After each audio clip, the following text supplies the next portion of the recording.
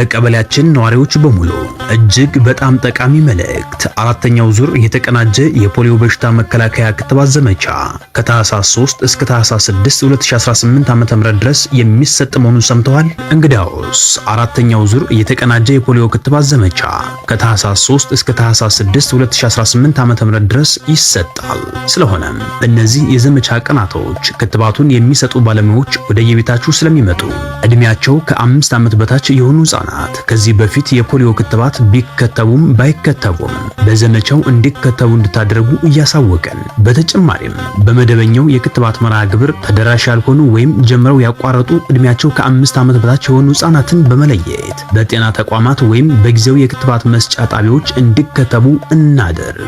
መከተብ የህፃናት መብት፣ ማስከተብ ደግሞ የዜጎች ኃላፊነት ነው።